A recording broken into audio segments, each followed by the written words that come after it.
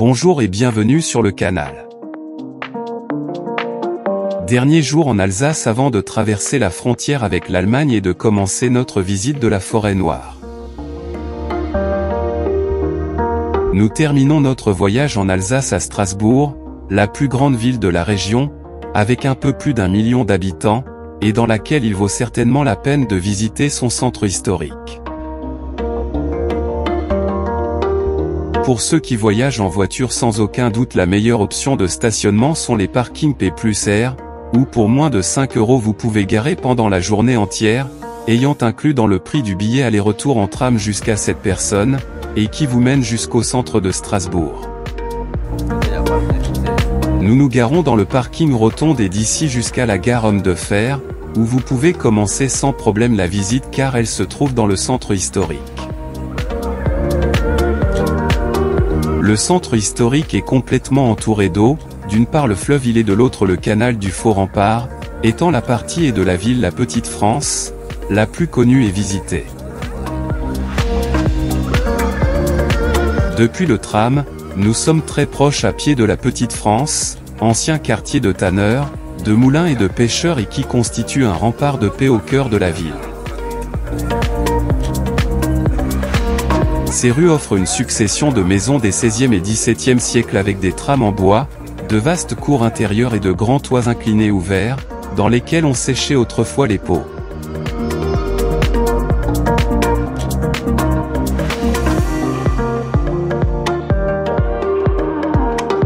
Nous commençons notre visite sur la place Benjamin Zix, sur les rives de la rivière Ille, en parcourant les rues qui l'entourent, jusqu'à arriver au pont du Faisan, par lequel nous traversons le fleuve Ille et accédons aux différents quais construits sur celui-ci.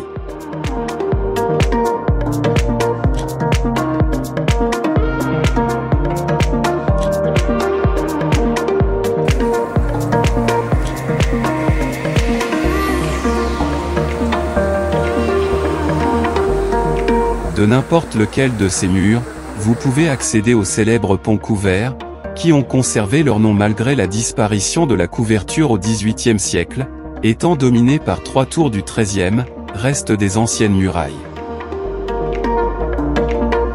Juste en face des ponts couverts, nous avons le barrage Vauban, construit en 1690 environ, et qui permettait d'inonder le sud de la ville en cas de besoin.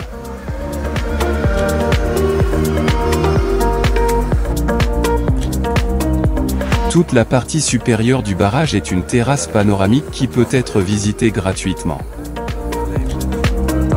Il offre une vue imprenable sur la Petite France.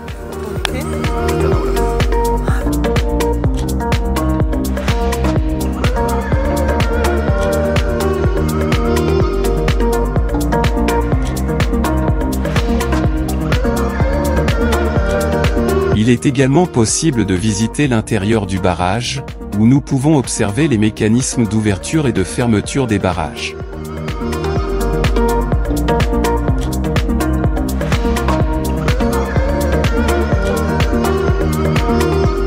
Nous retournons à nouveau au centre historique en traversant la rivière Ille, par le pont Saint-Martin, où l'on peut observer l'une des nombreuses écluses qui permettent la navigation sur le fleuve.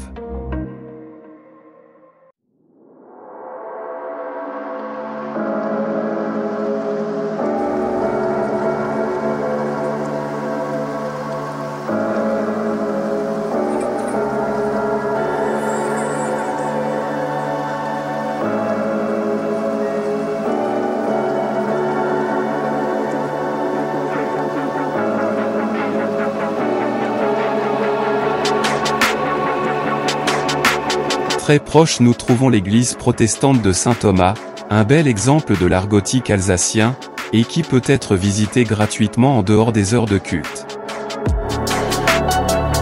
À l'intérieur nous trouvons le sarcophage Adloc, ancien évêque de Strasbourg, entre 817 et 822 et qui avait été auparavant le tuteur de Louis le Piadeau, fils de Charlemagne.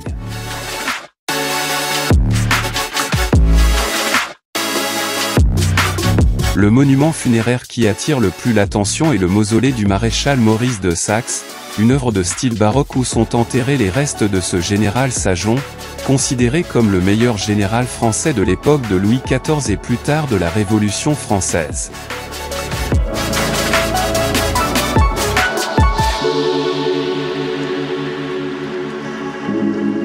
Nous quittons l'église et par la rue des Serruriers, entourés de magasins avec des produits typiques de l'Alsace, nous arrivons en très peu de temps à la place Gutenberg, où à côté d'un joli carrosse, nous avons la statue dédiée à Johannes Gutenberg, l'inventeur de la presse d'impression moderne.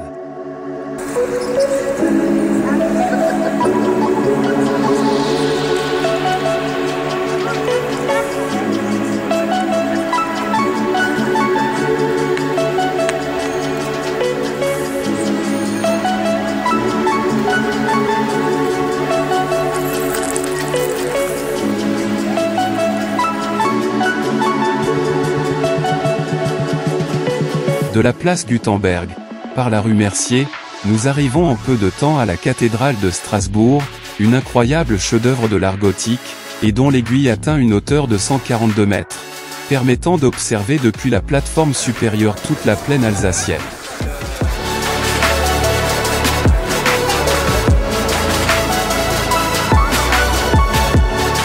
De visite gratuite, elle a été construite entre les 11e et 12e siècles, sur les restes d'une ancienne cathédrale détruite en 1002, et où l'on peut observer des œuvres d'art telles que le pilier des anges, qui représente le jugement final, ou le pulpito, le grand organe ou les vitrières des 13e et 14e siècles, quelques-unes d'entre elles originales. Mais sans aucun doute la plus célèbre est l'horloge astronomique, un chef-d'œuvre de la Renaissance en horlogerie et en mathématiques datant de 1574, et qui continue à surprendre par ses capacités techniques.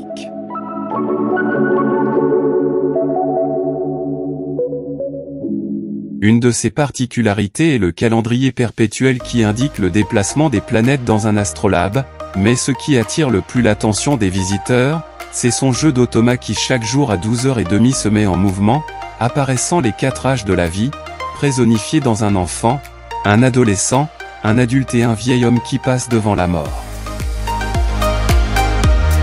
Le prix pour visiter ce chef-d'œuvre de l'ingénierie est de 4 € pour une seule visite quotidienne entre 11h30 et 12h.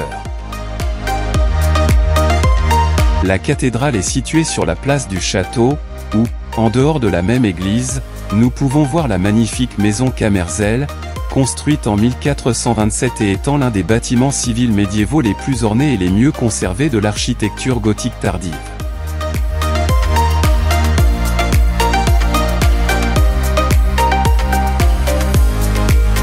On y trouve également le palais Rohan, construit en 3732 et 1742, qui abrite aujourd'hui le musée archéologique, le musée des arts décoratifs et le muséum des beaux-arts.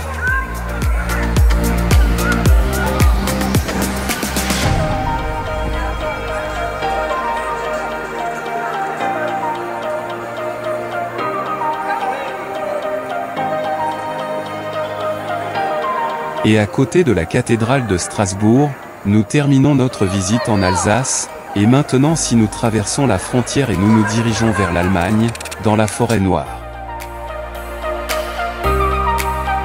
Concrètement, nous nous dirigeons vers Oberkirch, à seulement 30 km de Strasbourg, où nous nous logerons pour notre visite de la forêt noire. Pour ce faire, nous utiliserons comme toujours Airbnb et nous nous logerons dans la magnifique maison que nous offre Christa très près d'Oberkirch, dans un environnement idyllique entouré de vignobles.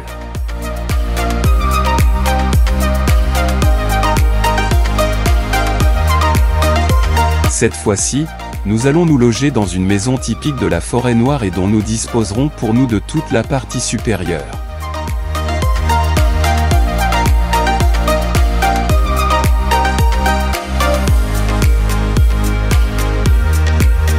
Comme toujours, je vous laisse un commentaire et un lien pour ce magnifique hébergement, à partir duquel nous commencerons notre visite à l'impressionnante forêt noire.